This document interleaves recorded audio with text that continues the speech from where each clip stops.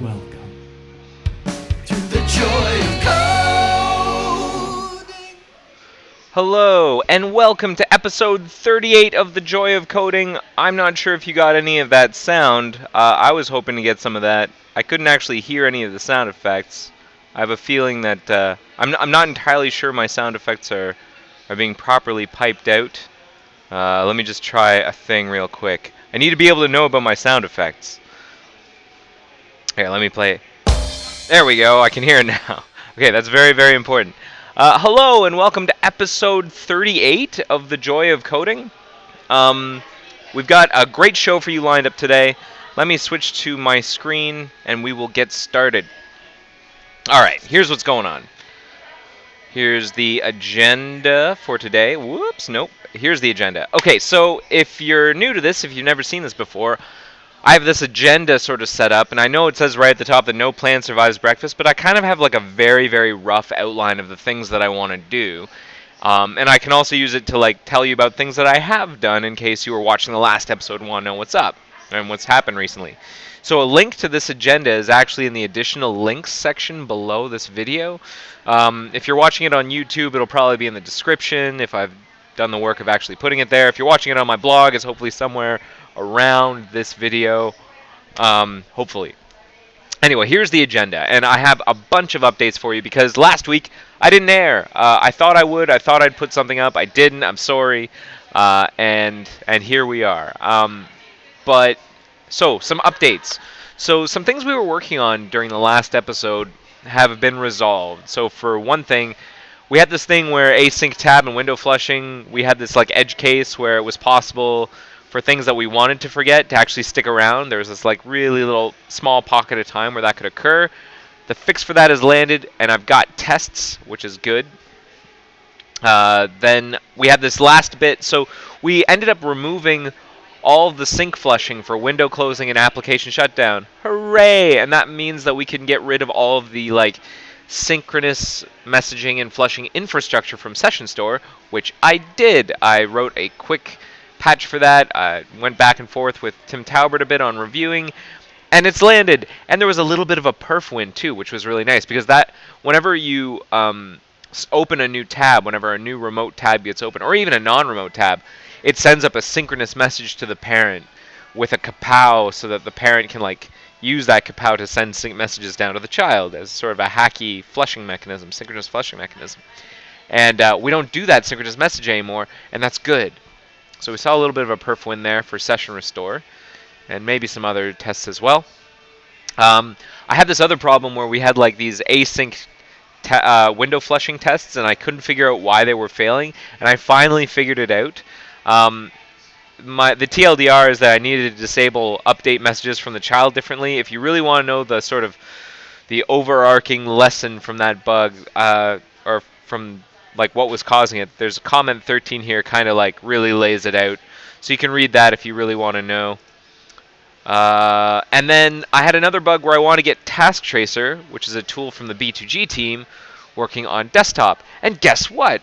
I kind of have it working on desktop. I was able to write a couple of small changes into our build infrastructure and, make it less and, gonky specific so that it will build. At least on my OS X machine here, it will build, and we get Task Tracer samples inside the profile that the profiler add-on generates.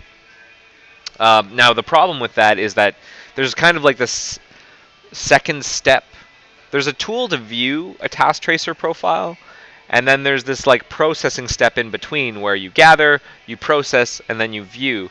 And this second step is the one that I'm having problems with because that processing step is crucial because it like turns the sort of raw profile data that I gather into actual useful information. It like does some symbolication and it makes it readable like by the machine, but also it makes it so that it contains the right information for the viewing tool. And I haven't been able to get that part working correctly, and I'm not sure I will get that working correctly. So a little update on this. We're hoping to use the Cleopatra front end that you may have seen me use for like performance profiles like this thing. this front end to view task tracer profiles. So it'll all kind of be in the same UI here for, like, we'll be able to use the Cleopatra performance profiles, and we can see task tracer samples in there. Because Cleopatra is kind of like this very generic performance profile viewing tool, and so that's where the viewer will go. Hansa, who is or Mayhemmer, I think it's his IRC had a similar tool called Backtrace, and he's going to work on the front end, I believe, for the Gecko Profiler, or for Cleopatra, and so that's good. So I've done my role, which is to get Task Tracer working, like, so that desktop can actually create the samples, and now the work, I believe Mayhemmer is going to do the work of making it so that Cleopatra can actually consume that data and do something useful with it. So that's great. So what are we going to do today? That's a great question. I had a couple of performance things I wanted to do today. So we're at this state with E10S where we're focusing primarily, I would say, on performance work. So it's basically finding all the places where Firefox seems to perform more slowly for certain tasks with E10S. Versus non-E10S, and then find out why and then fix it, because E10S, I think, should be strictly faster in almost all cases. I can't think of any real good reason why E10S would ever be slower for anything, unless you have like add-ons doing synchronous messaging or browser code doing synchronous messaging, which we don't really have that anymore because we removed it.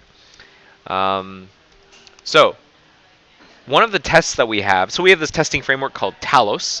Talos is run, if you've ever looked at like Mozilla Central, like tree herder here, so each of these rows, like this row, like all this green stuff, and then you have this line here, and then more green stuff. So each one of these blocks here, thank you, represents a push to, in this case, Mozilla Central, or rather a merge. These are all merges into Mozilla Central, but for the purposes of what I'm trying to say, they're the same thing. And then each of these like little green dots is a job running on some machine somewhere.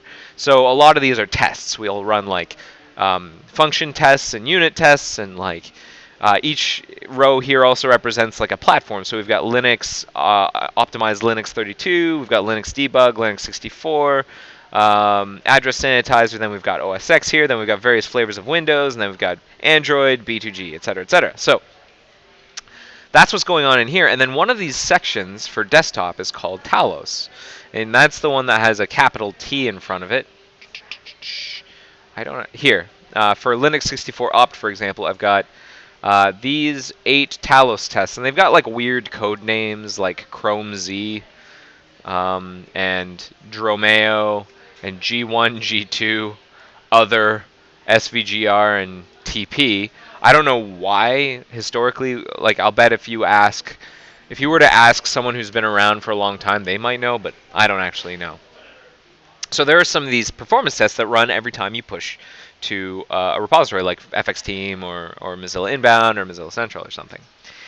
And one of these tests is called T-Paint. And what T-Paint measures is how long it takes from clicking on a link that opens a new window to having that window open and paint.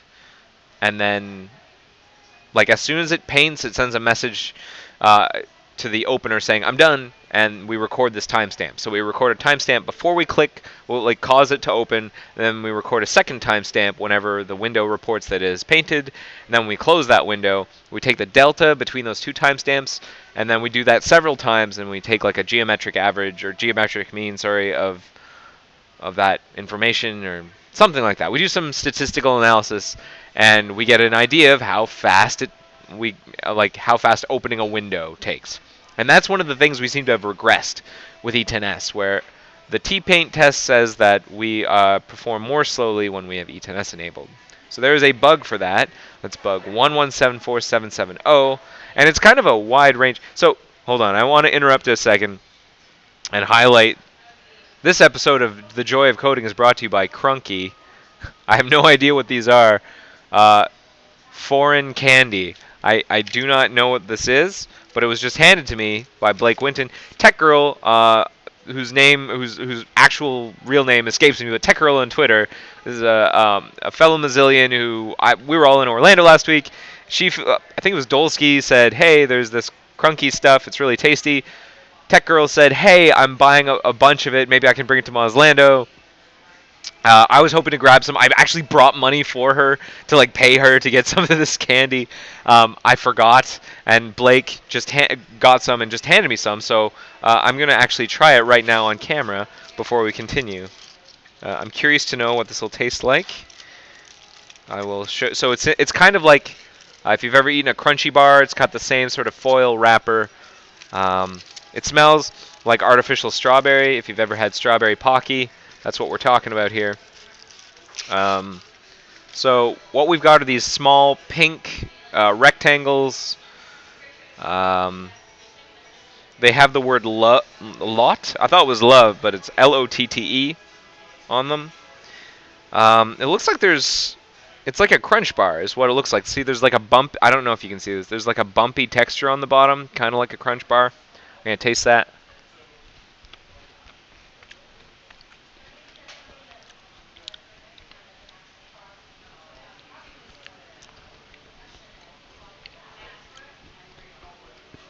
All right. Yep. Yeah, it's artificial strawberry chocolate stuff around whatever it is that they have inside crunch bars. That's my evaluation. Pretty tasty. I think it's worth trying. Crunky. They did not sponsor this episode, but I feel like now they should have. Anyway, where were we? T-Paint regressions. So there was a 3 to 33% T-Paint regression on various platforms. We're seeing it on Windows, various flavors of Windows XP 7 and 8, in various ranges as well. It ranges from a little bit better or not different on Windows 7 to 10% worse on T-Paint. We're seeing much worse performance on Linux, where this plus symbol means we've had an increase of time of 32.5% and 31.9% for T-Paint. You see the little sad faces on the left. These little reports are generated using a compare tool that's in the Talos folder in the Talos project, which will do a comparison between two revisions, blah, blah, blah. But anyways, it's sad. So we've made things, it appears to be that things are worse. And I've started to look into this. Here's a more up-to-date analysis, because this first stuff was done back in June. Then we did it again in July, and it was still pretty bad. I also saw a similar T-Paint regression on OS X, but I was able to get rid of it. I think I know what the problem was there, and that's that so the Talos tests work by starting up a Firefox profile, and each Talos test is kind of like an add-on. So these add-ons get installed. And those add-ons with E10S mode, we're using the multi-process shims, the kapow shims. And they shouldn't do that. And whenever I disabled the kapow shims, the regression on OS X seemed to go away for me. So that's good. I need to prove that. But I'm actually really more interested in the massive regression we're seeing on Linux 32 and 64. So what I did was I did some hackery. I've got kind of some infrastructure patches I wouldn't ever want to land, but these patches, hacky patches, to make it so that I can gather profiles from our try machines when they run a Talos test. The infrastructure for that's already there, but it hasn't really worked properly for E10S, and I've kind of got it working for E10S, but I don't have patches ready to land for that yet. But I can still push them to try, which is good. And I kicked off a couple of try builds, so let's see how they're doing. I have a feeling they might not be ready, because last I checked, I was still in the waiting queue. Oh, okay, so they're building, so that's good. I actually re-triggered accidentally a couple times. I could probably, disable. I could probably cancel some of these, but I don't know if I want to just yet. So we'll analyze these profiles, hopefully assuming that the profile gathering patches I added work properly and don't just bork the other tests or just don't work on this machine. I will check back on this later, and we'll see if we can extract a profile, and we've got both E10S and non-E10S here, so we can do a comparison and see what's going on. and maybe figure out where the slow is. In the meantime, while we're waiting for that, what else can we work on? Doing a lot of talking, let's get to work. So I said just recently that I have all these kind of hacky patches to make this profiling stuff work. I'd really like to have this stuff sort of in the tree. I mean, I think it should be easy. We should make it easy for every developer ever to gather profiles from their Talos regressions, because from Talos tests, because that's like that's the big weapon for eliminating Talos regressions, is knowing what got slower and where. Because otherwise you're just doing guesswork. And so, I mean, and it's not a silver bullet. Profiles are definitely not a silver bullet. Sometimes you get tiny little like 2% regressions, and as soon as you start profiling, the regression goes away, because as soon as you like try and observe it, you've changed the system. I think there's like a quantum physics thing that this is similar to, where measuring will change the system. Heisenberg uncertainty principle, something like that, or non-observability. I don't know. But for the big regressions, like a 30% regression, that is something that should certainly show up in the profile. And so we should make it simpler for our developers to gather profiles. Now, what are a couple of the challenges in getting these profiles? Like, I've got these sort of patches sitting around, and why haven't I landed them? What's wrong with them? Well, there are a couple of problems. For one thing, Talos. Well, thankfully, Talos has been moved. Thanks to a number of really awesome people, Talos has been moved into the Mozilla Central tree, so that I can like manipulate it and push it to try, and then that's the Talos that gets built. Because before it was in a separate repository, and that was really tough. But the way Talos is kind of old and crufty. Back when it was first created, like years and years and years and years and years ago, it was really cutting edge and awesome, but it's kind of grown long in the tooth. And a lot of the times when people add tests or modify tests, they just kind of bolt on solutions, and that what we end up having is this like ball of hacky solutions to make things happen. And I don't really want to add to the pile, especially because the stuff I've added, I think, changes and maybe breaks some tests. So what I want to do is do it the right way. So we have to determine what the right way is. Well, in order to determine what the right way is, the first thing we could do is take a look at what it currently does and see why that's wrong. And then we can figure out from that what the right way might be. So the first problem with the way Talos is organized with like profiling and stuff is, let me go into the Talos directory. So it's under testing Talos now. So here's the first problem. There are 6 profiler.js scripts, and every one of them are the same. They're used by different tests, and these are all the same. If we look at them, so here's one, and now I'm going to look at a different one. I'm going to look at this one.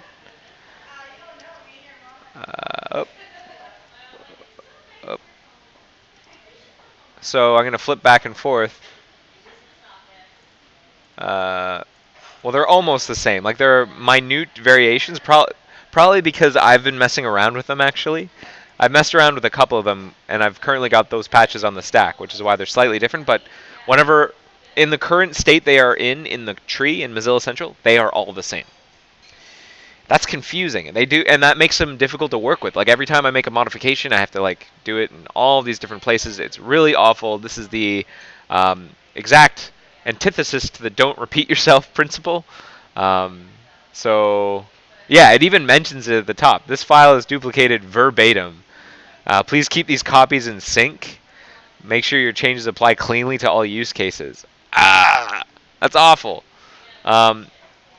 So I wonder, one thing we could check is what the rationale was for having all those different copies. Now, if we look, in order to do that, we should probably take a look at the old directory, the old repository, because that will have the history. I'm not sure if we would have kept the history. You know what? I'm curious to know whether or not we would have the history. having like how we did the move if we did it properly.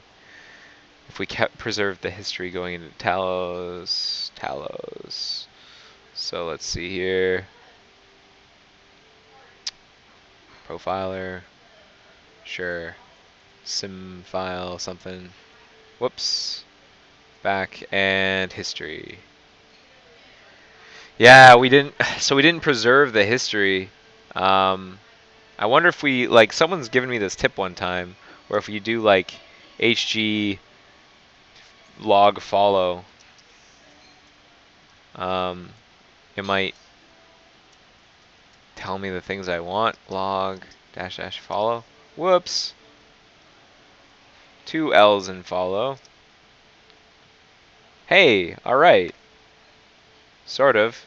Nope, not at all. No, it doesn't work. So we have to look inside the Talos directory, or the Talos repository. So here's profiler.js. Here's one version. Let's see all the revisions here. Add profiling hooks for all the major Talos tests. This was done here in this change set. Let's take a look at that change set. Whoops, I didn't mean to click that link. Maybe I did. So right off the bat, this added multiple profiler.js files. 2 of them, really. This was done back in April of 2014. And I already saw, I'm not a fan of 3 profiler.js files, but I don't have a better idea right now. So it was a problem. It was like, the way I understand, reading that, it's like, we don't want to do this, but we don't have time to do anything else. Like that's kind of how Talos worked. It was like, oh, I don't want to do this, but I don't have time to make it better, so I'll just bolt this thing on. And so now I'm thinking we can maybe try and make it better, or not as bad. So, first goal. You can follow along. So the bug for this project is 1182595, and in the agenda that I had posted up before, if you go back to it, there will be notes that you can follow along in as I work through this. So the first goal is to just goals, not first goal. Reduce, have a single profiler.js library that tests running in content can use to manipulate the profiler during their runs. Okay. Now here's another thing. I was talking with. There's kind of this unspoken. I wouldn't say requirement, but like it's like this technique that's used for generating Talos tests, where you like develop them as add-ons and then you drop the add-on into the Talos directory. And I think that's so that you can like extract the add-on and then run it locally, run it on your machine. Now that was before we moved Talos into the tree, before we made it easier to run Talos locally. So I'm not sure if that's entirely necessary anymore. And you know what? I'm going to call that a non-goal, especially since I had confirmed that with J Mar, who more or less owns Talos at this point, co-owns it at least. And I talked to him in the perf channel. Let me see if I can copy and paste the discussion we had.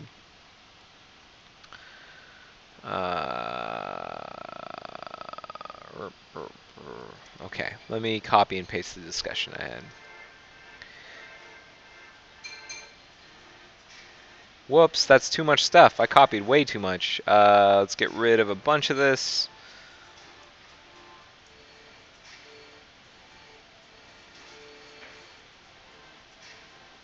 Boom. Okay, so this is the relevant comments. Trying to find a way of unifying the profiler.js script strewn around Talos the folder. He says it's a great idea. And I asked, how much of a requirement is it that each Talos test needs to be able to run individually as their own add-on? And then he says that's not a requirement, it's a nice to have. So he says, I doubt many people do it, to be honest. There's a lot of shared code between tart, cart, damp, TPS. All right, I said, thanks. and then there's some other stuff. So, here's my plan. We already have this, like, sort of global add-on that's installed when you run Talos called Talos Powers. So Talos Powers, let me see here. Is it?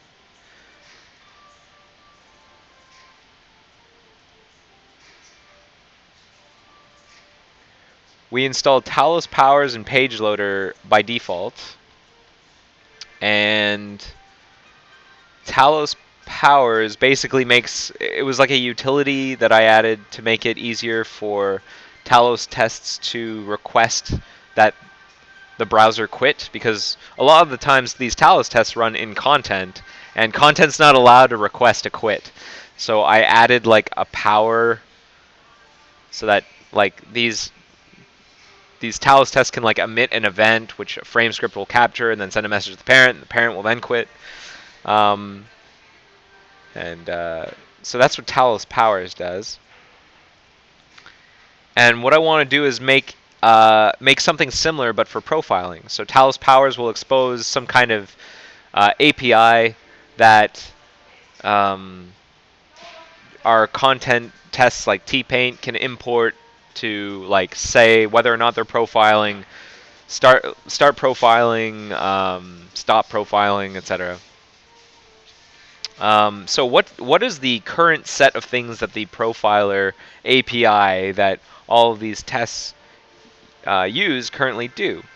So there's a bunch of hackery up here first, used to like track what the name of the current test is. Then there's the initialization step. So you set up the profiler so that it like is using the settings that were passed in.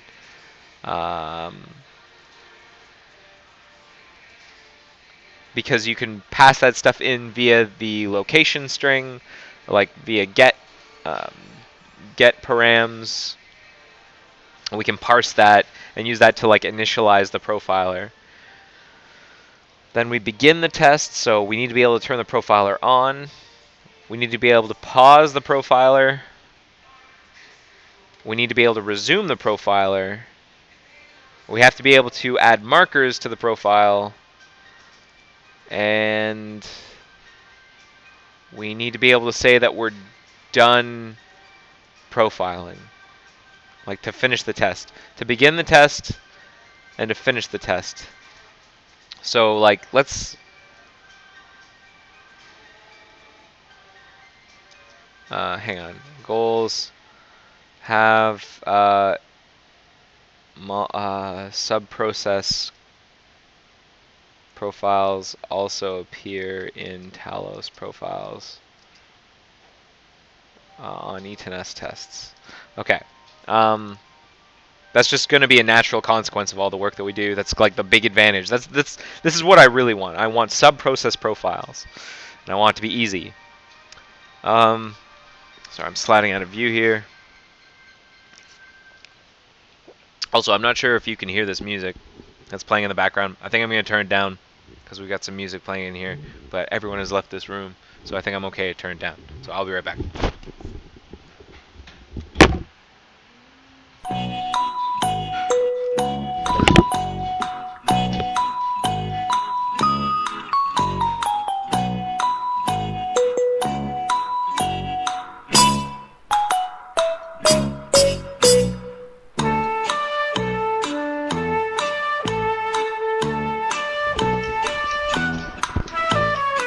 Mamma mia!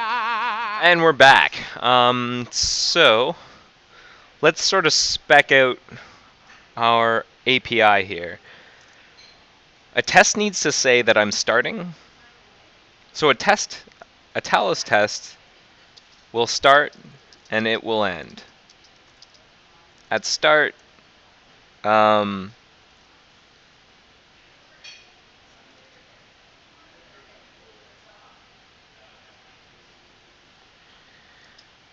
we should start the profiler, and then immediately pause the profiler.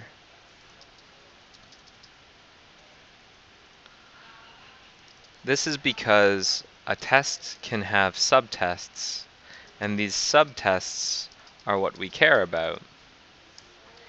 When a subtest starts, we should unpause the profiler and mark that, and add a marker. When a subtest ends, we should pause the profiler and add another marker. I should reverse that. We should add a marker and then pause the profiler again. When the test ends, we should dump the profile out to a file. So what we're looking at is init, start, end, pause, resume, mark. Which I'm pretty sure is what this thing already does. So init, begin, finish, resume, pause, mark. Yeah. Might as well like keep. We might even be able to keep some of these function names, but I think I want to change some of these to be asynchronous. Like for example, end needs to be asynchronous because writing to disk, gathering all of the profiles from subprocesses, that's going to be asynchronous. So the test needs to be able to know that and be able to consume or like use this function asynchronously. So this should return a promise, definitely. I think everything in here will probably need to return a promise because we're going to be communicating with the parent process, and we should not actually like start a test or start doing stuff in the content process if the parent is not fully ready to do the profiling. We don't want to accidentally miss any samples. So let's see here. All of these methods need to return a promise. So what I've got here already, I've started to muck around with this a little bit.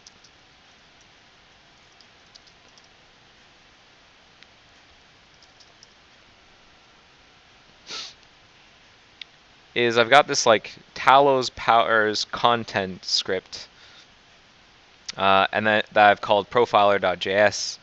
And this is what I think all of the, like instead of /scripts profiler or tart profiler or whatever, every add-on, because Talos Powers will be installed by default, should be able to access this script. Now that's not going to be true if you like pull the add-on out from Talos and try and run it in by itself. But I'm not going to. One thing one could do is like build profile, like do a build of those add-ons, a build script to put the profiler.js script into that add-on when you create it. I don't know. There are a couple different solutions there, but I'm not going to solve that right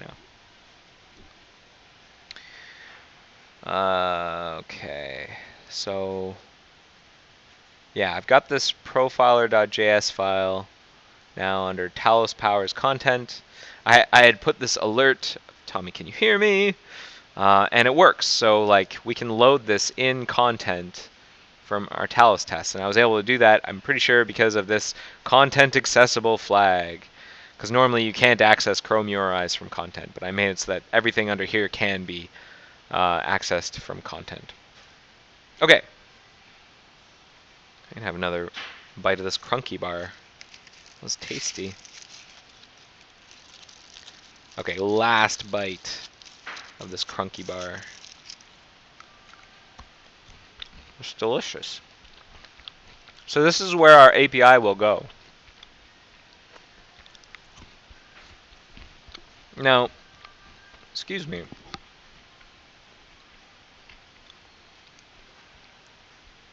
There's all this like scoping magic that's being done for like hiding various things. Yeah, I guess I could do that. That's probably a pretty good idea.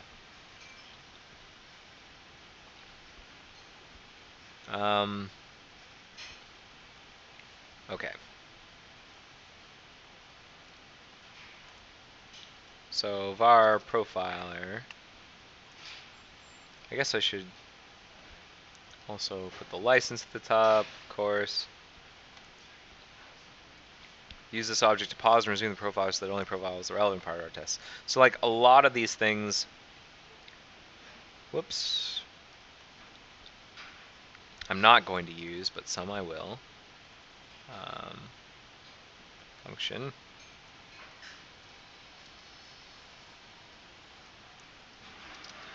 So and I've got like a little private scope here. And now I can like do things like profiler equals, and then this will be the object. This will be the interface that is used. So I can use some of the same method names. I think I will for consistency's sake. So begin test, finish test. I don't think we need to expose write to disk. I have a feeling that's something that finish test should just do on its own. I think that was a mistake to put maybe write to disk to expose that. Oh, that was my mistake. I'm pretty sure. Yeah, all right. This is part of like that sort of hackiness that I added. Don't worry about it. Begin test, finish test.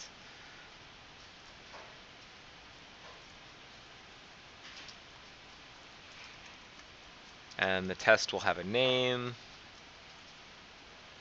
And this is kind of like the profiler in this case will be a bit of a, it'll be like a state machine.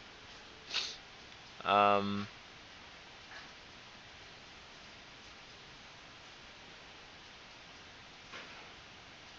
to think how best to do this.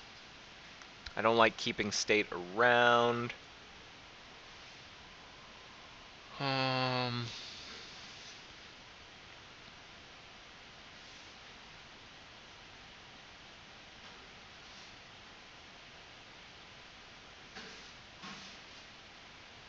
All right.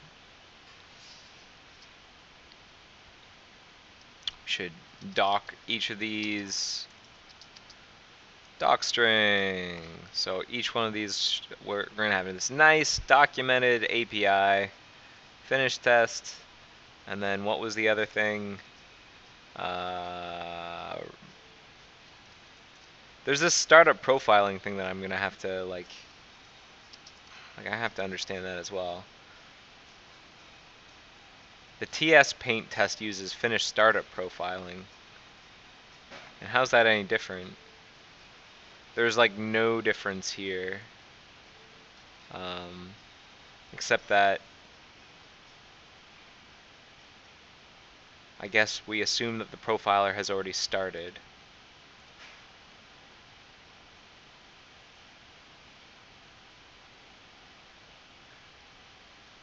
Okay.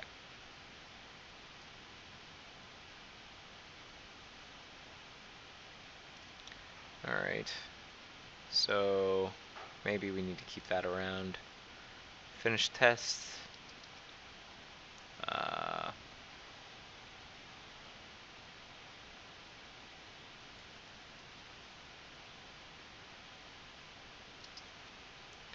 Finish startup profiling. Well, I guess we'll keep that around. Whoop. And what else? What else we have here? Resume pause mark. And we also have this like init from stuff. So we should probably figure that out. Resume pause mark. And mark, I'm pretty sure it takes a string as the marker. And explicit? If explicit, marker. Otherwise, profiler, marker, or test name. I have to see this. How is this used? Profiler.mark. It's used by damp. The damp.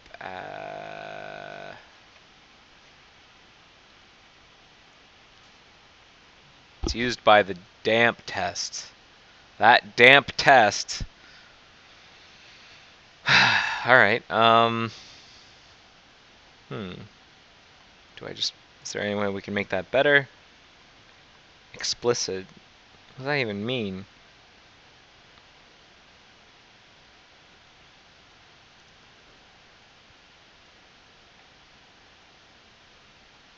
If it's explicit, I guess that means we don't want to have like profile or what in front of it. Otherwise, we just use the test name, marker or test name.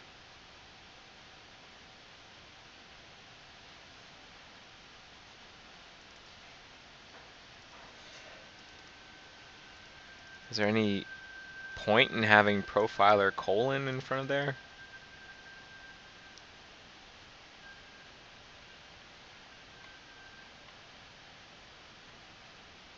Probably not. So maybe we just make them all explicit. So it's like mark. We'll try this for now.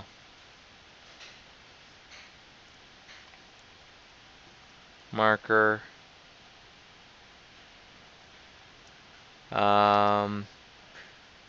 If marker is omitted, just use the test name.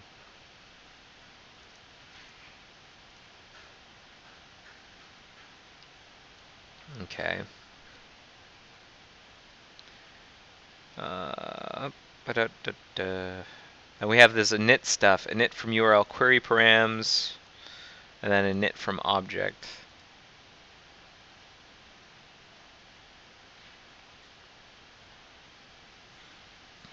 Init from object.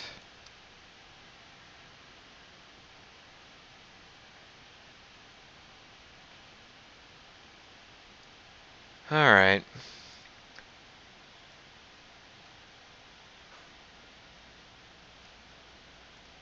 And init from URL query params is just like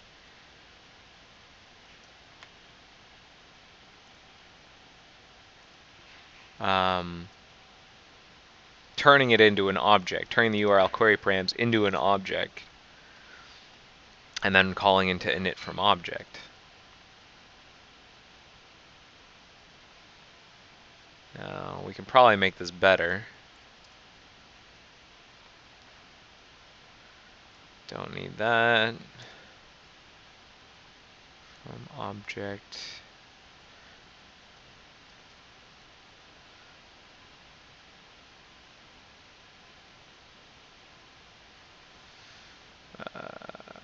Then we set like all these private variables.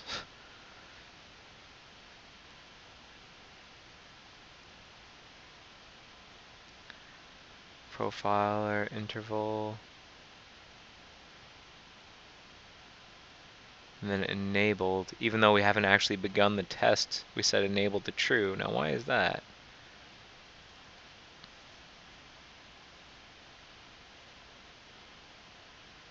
Enabled. So there's like enabling profiler.js, then actually enabling the profiler, like whether or not it's been initted. Maybe initted is like the better choice here for this word instead of enabled, because it maps more cleanly to these, to what's actually being checked, whether or not we've called these either of these two init functions.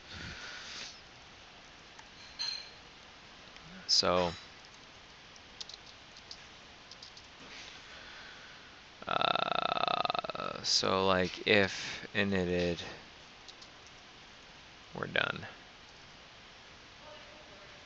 Or even better, if not initted, then we do all these checks.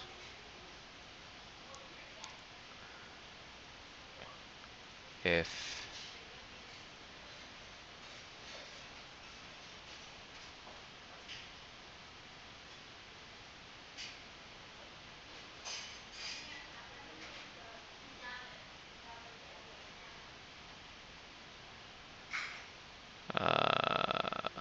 okay, threads array.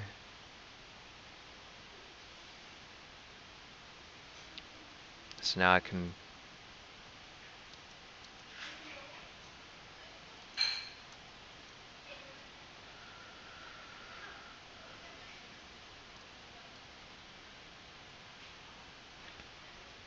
Now I wonder if maybe we should like cause some kind of error to occur if these conditions are not met, because we kind of like not do these steps. We wouldn't say we were initted.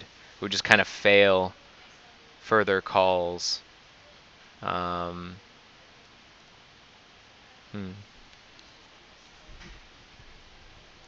It's the problem with state machines. Let's see.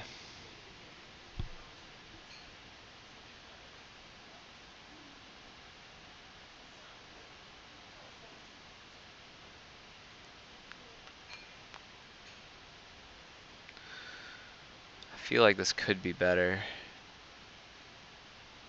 And type of equals string, and that, and number is finite. And I actually know what's going on here. Else. Console.error. Could not understand. Profiler could not init with object, and then JSON stringify the object.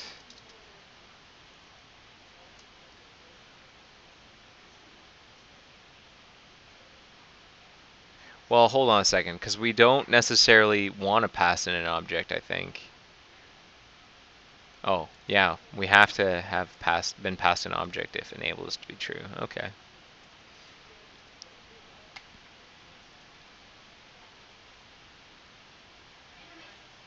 If not initted.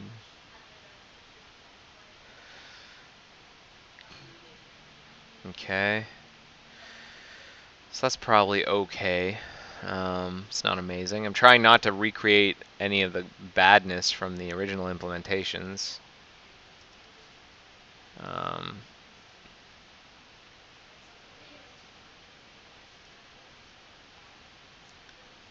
Current tests.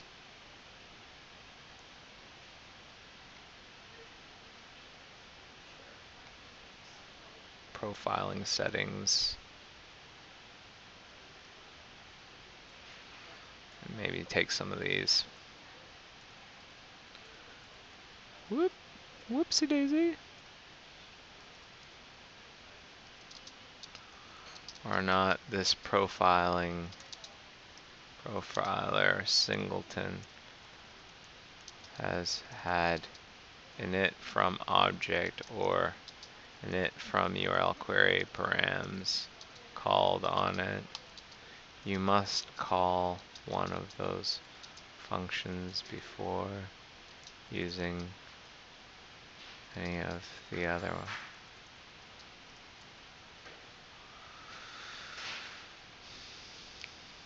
Was called with.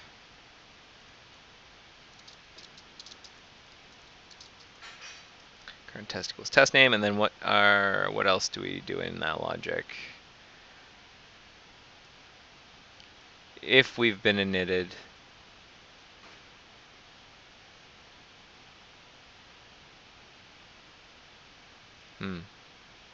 you should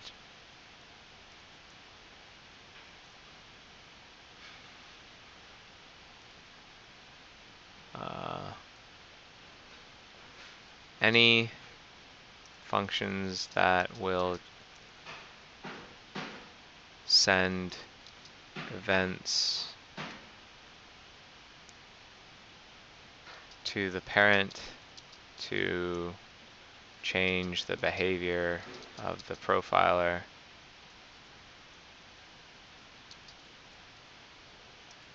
should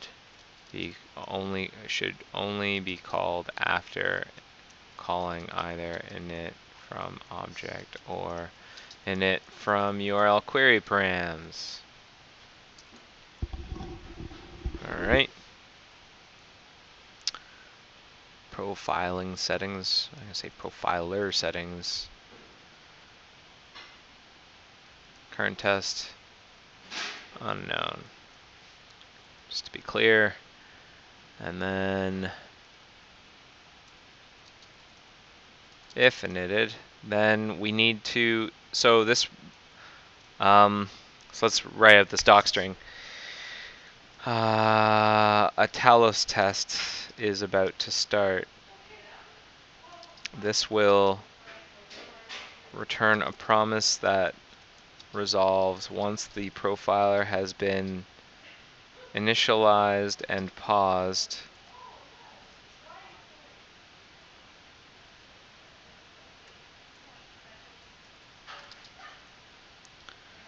Initialized. Note that the profiler, SPS profiler, will be paused immediately after starting.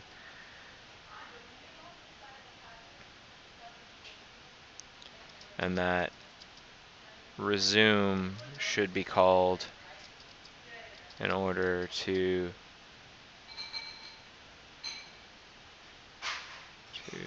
collect samples. No. Yeah, okay.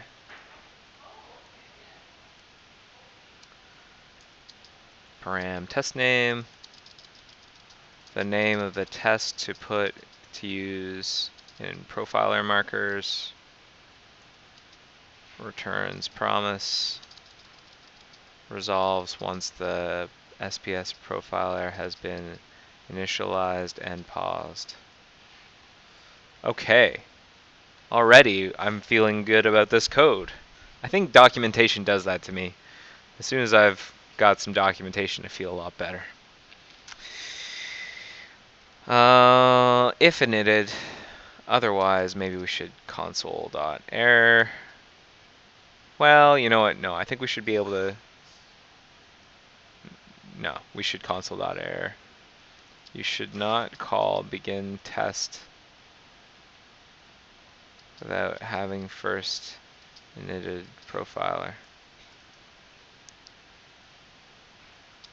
Having first initted the profiler.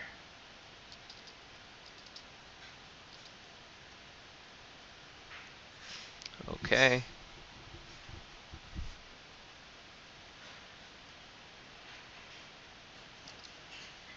I think that makes sense. I don't think we want to ever call begin test before init from object has been called or init from URL query params.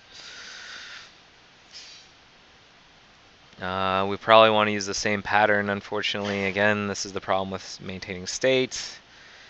If initted, then we do a thing. Otherwise, you should not call finish test.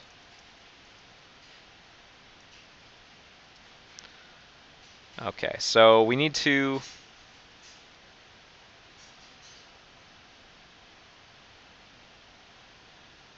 actually return new promise. Can I just like return a promise that rejects? Return promise.reject test. Yeah, I can just return a rejected promise. Return promise.reject. Should not call begin test.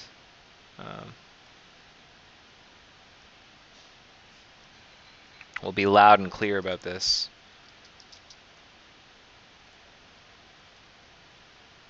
Console.error message. Promise.reject message.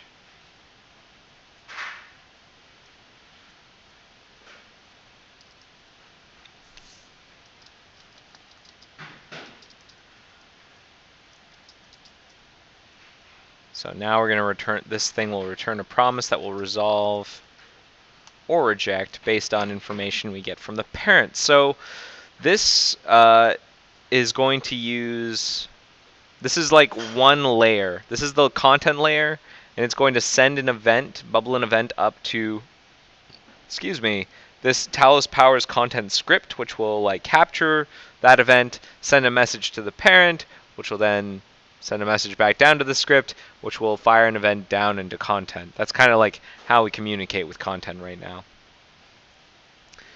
And I could do it differently using something called the remote page manager,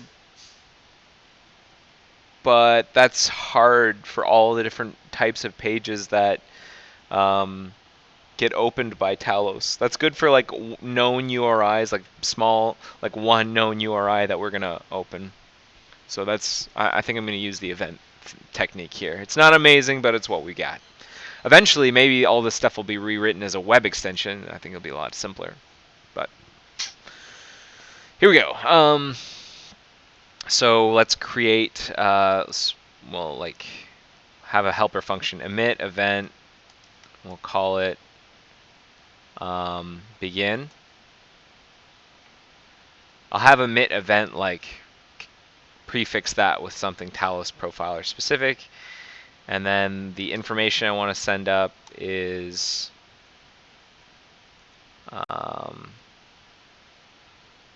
profiler. We'll call it interval.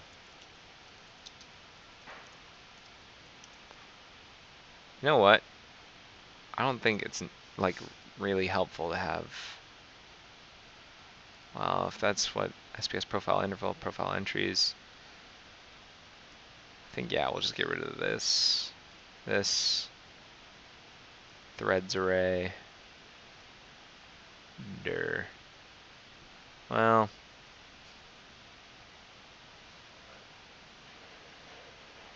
yeah, we'll keep it around. Interval. I'm kind of feeling wishy-washy. I'm going to keep some of them. I'm going to call it profile dir. Threads array, profile dir. So, okay, interval up here, interval, entries, and then threads array, and then profile dir. So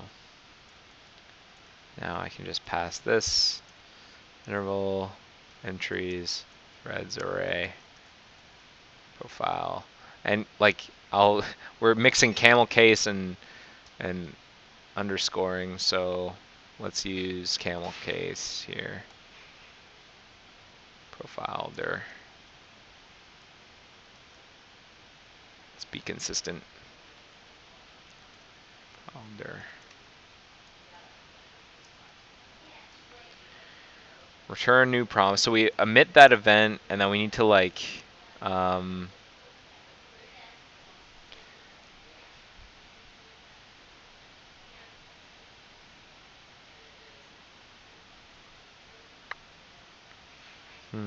how do I want to do this?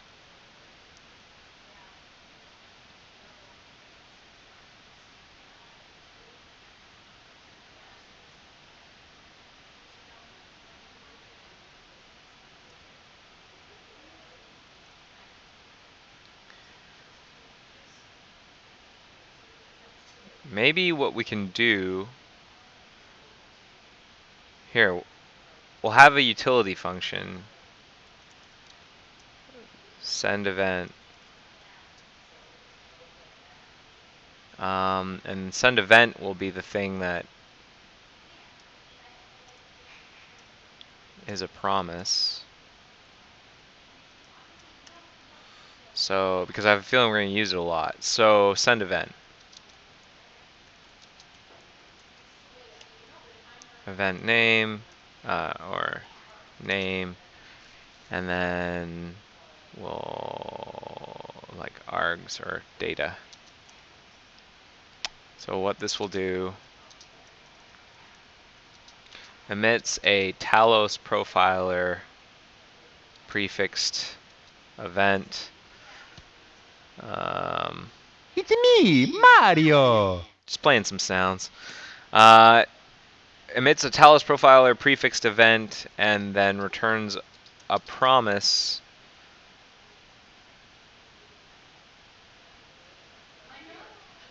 Send event and wait, I think is what I'll call it.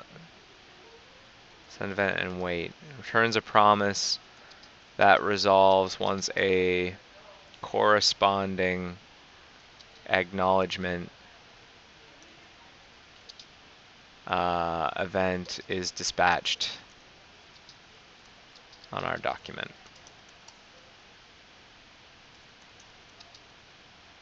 Param name, the name of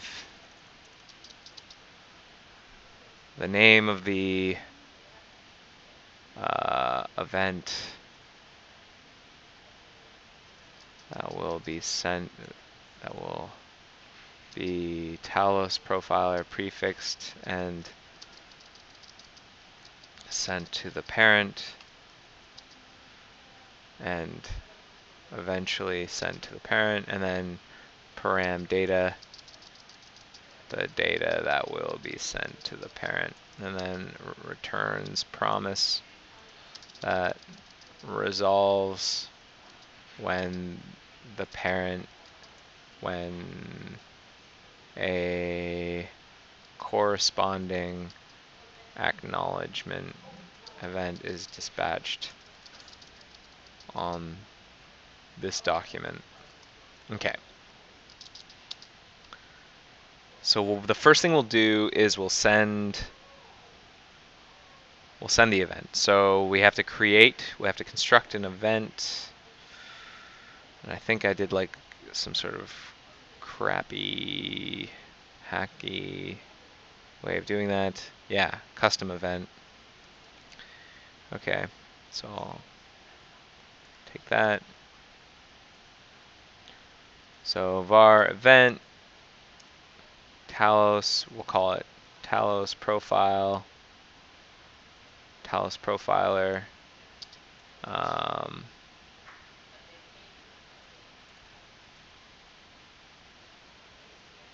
Profiler, bubbles, true, detail, and then what we'll pass is like the name of the event, name, data, data.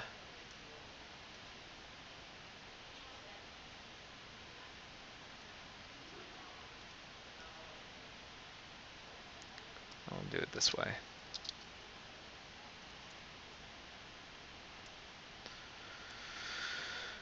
And then we'll dispatch the event, and then we'll add an event listener, Talos Profiler.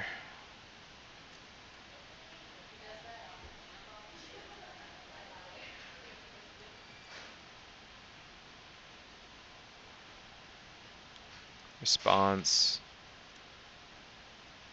function on response, event. Remove event listener, so it'll be a one-time only. Response. Oh wait. If event.detail.name is not equal to name, then we're done here. If it is, like, we'll just assume that we didn't get someone else, like if this was called twice in a row, then like, and one got eaten up by the parent, never, like, there are multiple things that could go wrong here, but we'll assume that this will work. Remove the event listener, and then we will resolve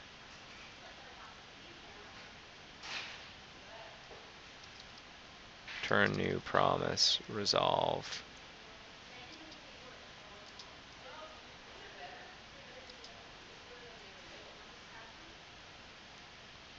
And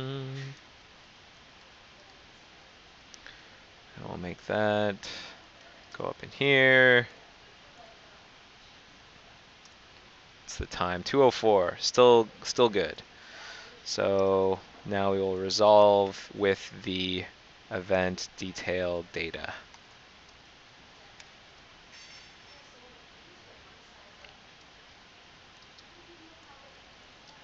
Send event. I don't know if we'll ever want to just send event and then keep going. Like, even if we set a marker, which is like synchronous, I'm gonna want to send an event and wait for the parent to say, okay, I've set the marker. Because I don't want to just keep going. So send event and wait.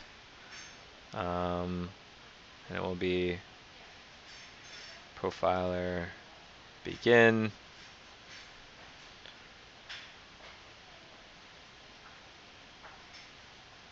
Okay. Now, I haven't tested any of this. I don't know if you've noticed this. I haven't been testing. I've just been writing and not testing. So there could be horribly broken stuff in here, and I'm okay with that for now. Just bear with me.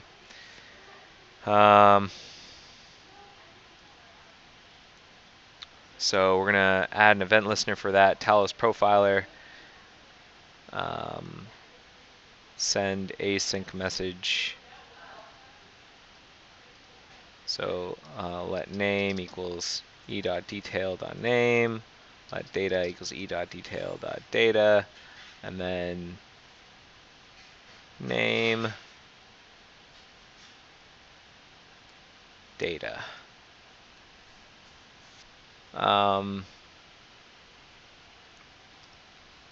Add event listener. No, and then we need to like add message listener for Talos. How does this work?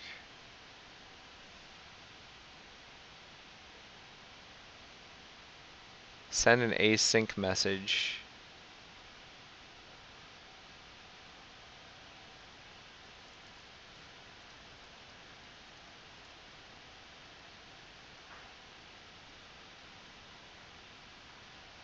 Profiler response.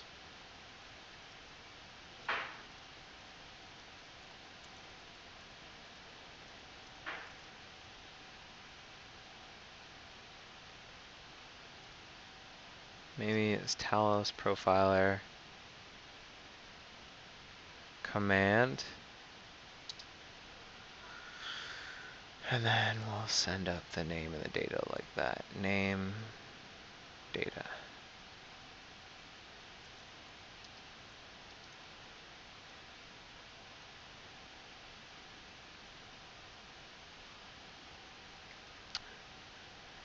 Response function, and then message here is we got from the parent. So let name equal message.data name, let data equals message.data data, and then what we'll do is we have to dispatch an event down to the child. So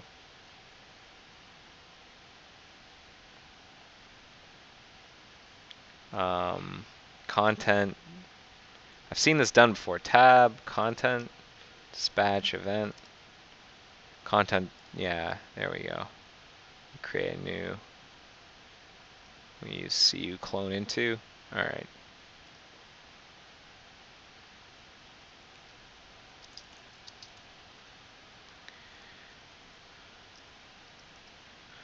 I'll let event equals cu clone into detail, and then name and data.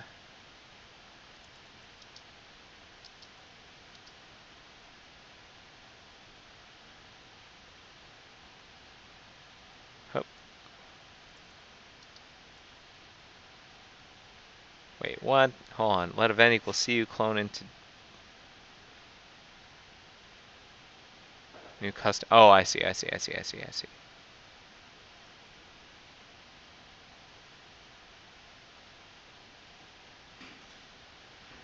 Clone into name, data, content, dispatch event. And then the event that we want to fire was called Talos Profiler response.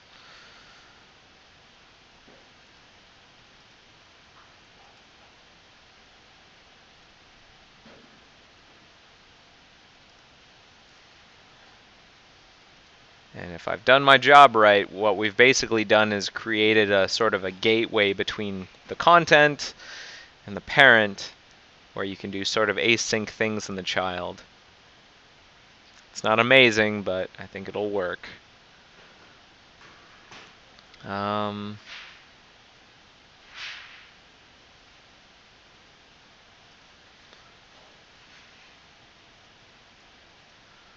Talos Profiler command. Maybe that's what we should call the event that this thing sends up.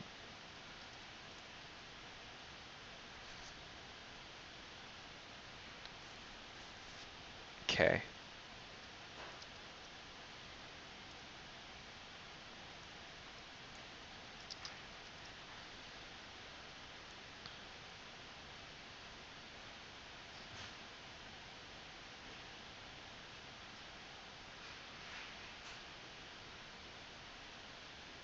Okay.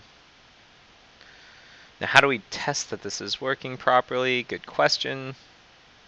Oh, and then there's the other half of things. Like I have to add the thing that's going to listen for the events, the messages on the parent side. So there's this service, and it's listening for various things. And what kind of messages is it sending up again? It's sending up Talos Profiler command.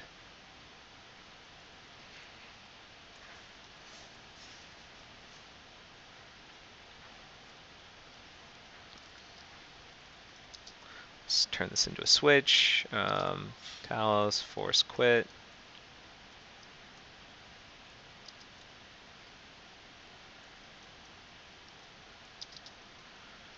Case Talos Profiler command. Break. Then we should probably pass off the then profile command message receive profile command, and then I can get rid of this stuff. Profile command message switch message dot let data message dot data let actual name equal message dot data name let data equal message dot data dot data. Unfortunately, that's the way it is. Switch message dot switch name is where we put the various things that we were sending up. Yeah, name and data.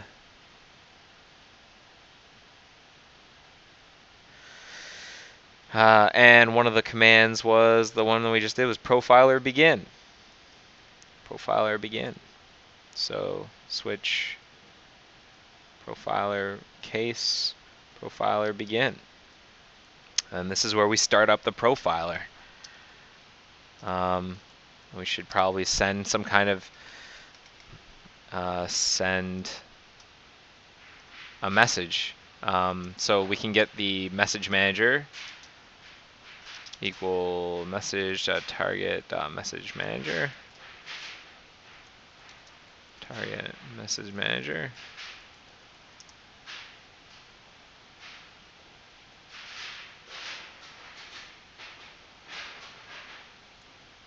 Frame loader. You could always do that. Frame target.frame. I feel like there's another way of doing that. Hang on. Session store. Frame. Last known frame loader. Browser.frame loader. And browser is just the message target. Okay, so I'm wrong. I am wrong. So message.target.message manager.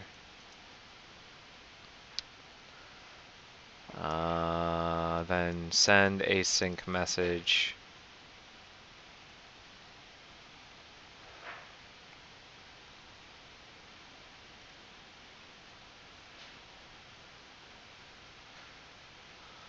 Const ack equal the message that content is waiting for is Talos Profiler response. So ack name send message ack name, and then the data that we send down will be name. So if the profiler begin will send that back down as like acknowledged, and we should actually like enable the profiler. SPS profiler with the content has passed up. and pause it immediately. Okay, and there are other things that we need to be able to do as well, like mark and whatnot, but I think just starting, if we can get this to work, I'll be happy. Like, as a start, we've got sort of the infrastructure working. I would be pretty pleased if this works. Let's see. Now, a init from object and a init from URL query params don't need to return promises, which is nice, but begin test does.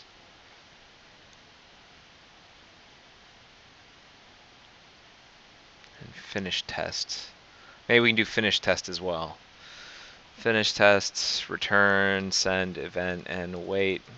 Profiler, finish.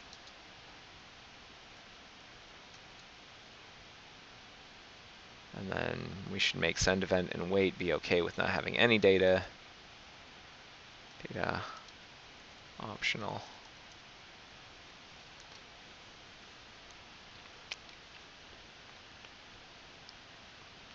And then that same technique we used before for var message equals that.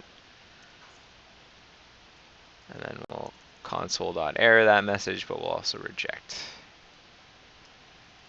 Promise.reject with that message. That might be a little too cautious, but why not? Now, profiler.finish, we can now listen for that up here.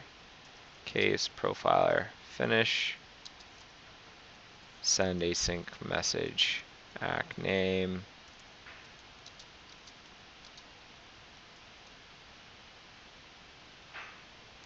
We could probably just like always have this at the bottom. Like only do the work in here and then at the very bottom of this send the ack after. In fact, that's what I'll do.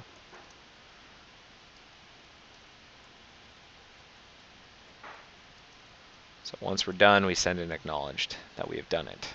Now, if something goes wrong, we don't have any error handling in here, so that's a thing to think about. The test is done. Dump the profile. Now, one thing we need from we do need something from profiler finish, which is the profile dir. That's something we get. We don't need that up here. We need that down here. Profile dir.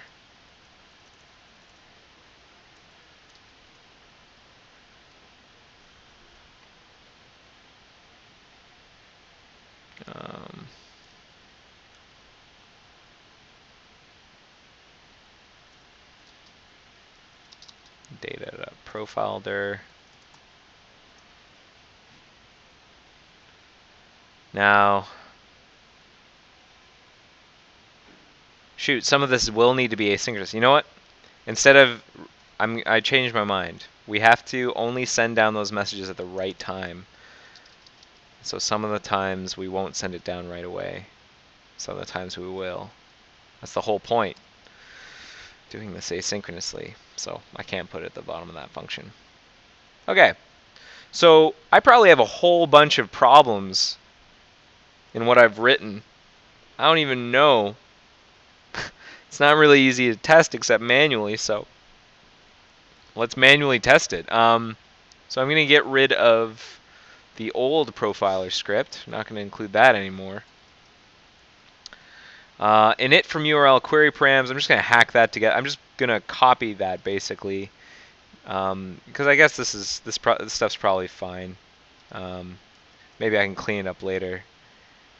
But init from object search, object location search. Sure. Show you. There you go.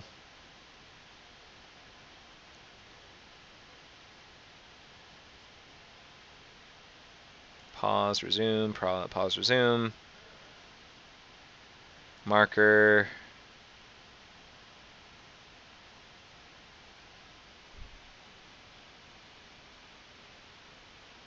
Now, is profiler.mark used in any place where it can't? Like, where it's necessary that, like, we can't just keep going? That we have to... Okay, it's used could be used asynchronously here, profile mark.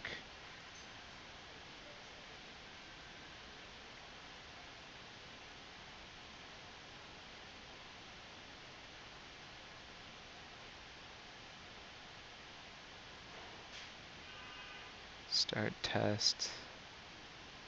It's possible that this could hmm.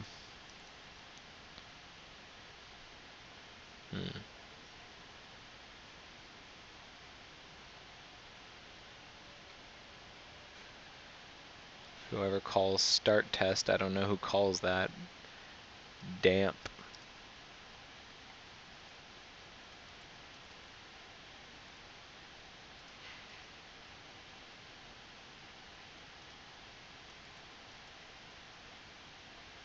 Run test. Yeah, it can probably just be made like to mark, wait for the message to come back from the parent saying that the marker has been set, and then start the test. I think that should be okay. And for tart,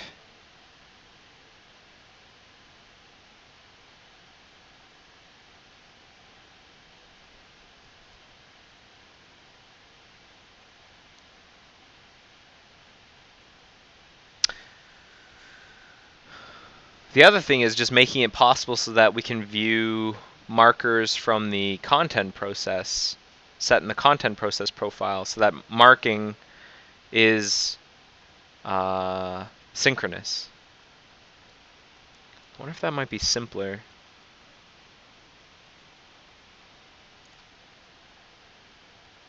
I don't know, I have to ask Benoit about that. Let me see if he can talk to me. In perf.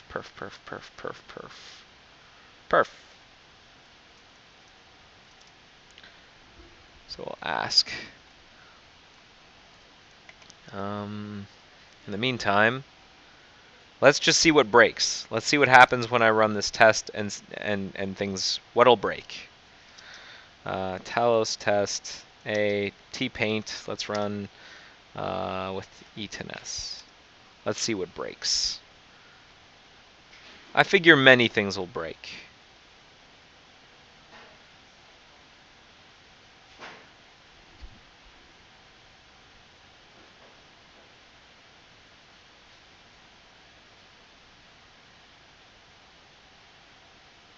So for example, right now the test isn't even running.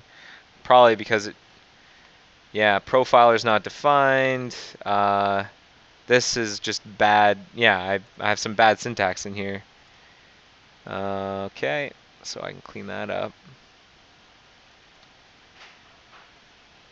Yeah, too many brackets.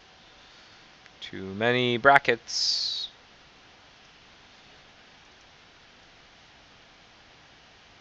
I could also dump parent saw profiler begin with data stringify.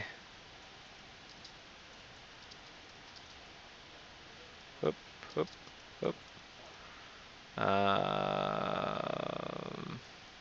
And then something similar for profiler finish.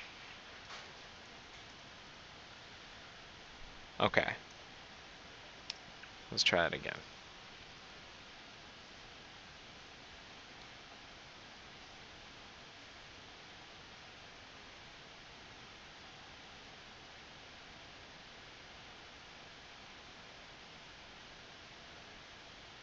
So it's actually running. That's interesting. Now the parent, I don't see any dumping about the parent actually having seen... Oh, here's the thing. I didn't pass the special argument for profiling, so it's not actually using the profiler. So now I have.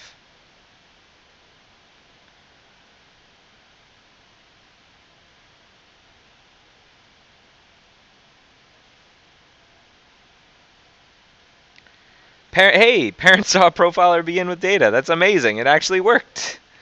Um, I can't. That worked right out the gate. That's surprising. Now, the consumer T-Paint test isn't actually waiting for that promise to resolve. It just kind of like fired it, and then just kept going. So we'll need to make it consume the begin test thing. Yeah, and we saw finish. Hey, that's great. That's great news. Things are looking up. It's 2:26 right now. I don't think I'm going to keep going, but what I would like to do is take a look at this try build that I did. Hey, we might actually have some profiles here. No? Nothing? No pro... Why are there no profiles? I thought I asked for profiles. Uh, I said SPS profile. Man, that blows. Is there nothing in here about SPS profile? Full log. SPS profile was false here, but I said to do it. I said Moz harness dash SPS profile. Grrr! All right, well, I'll look into that. That's a pain. I'm gonna have to wait for those to rerun. But hey, we've got the makings of a decent async profiling library thing, and that's pretty good. So what did we get to? Let's take a look at the agenda. So I told you all about these. We didn't make any headway on this because the try push didn't, for some reason, gather profiles, which is annoying. But making profile dumping, we're actually a pretty good chunk along the way. We've set up the infrastructure so that we have this common profiler.js thing that's provided by Talos Powers that all of the content pages can use, and it's asynchronous, which is good, and that will mean we can gather profiles from subprocesses. Hey! So I'm going to keep working on that even after I'm done live hacking here. I'm going to just keep going, but I think I'm going to call it. Now, in terms of the calendar, today is the 16th. I believe next Wednesday I'm on holiday, and I believe the Wednesday after that I might be on holiday. So it's quite possible that you will not see me until 2016 with episode 39. 38 might be my last episode for a little while. I apologize if you've really been chomping at the bit. And you know, I was on holiday. Well, I wasn't on holiday. I was away last week, and now I'm going to be away for 2 more weeks. But maybe you should take that time to be on holiday yourself. Maybe go find some friends, find some family, and give them a big hug, a high five, whatever it is you're doing this winter season. It's cold, at least in Toronto. It's cold and dismal. So try and have a good time. Eat some food and relax. Maybe you get a stat holiday. That'd be great. So I think I'm going to cap it there. Let me just switch over to this camera. Thank you so much. Thank you so much for watching this episode of The Joy of Coding. I hope it was educational. I hope it was entertaining. Again, I will be away for 2 weeks in a row, and that's okay. Afterwards, maybe my hair will be a little longer. I'll probably be a little bit fatter. I probably will have eaten quite a bit. And you can just do like a time lapse over the videos of January as I try and shed the weight. Okie dokie. We'll see. So I'm going to play level clear and wish you a great holiday, whatever it is you're doing. I hope you take some time off, and if not, well, work hard, do your best, and I'll see you in a couple of weeks. Take care. The joy of coding. Bye.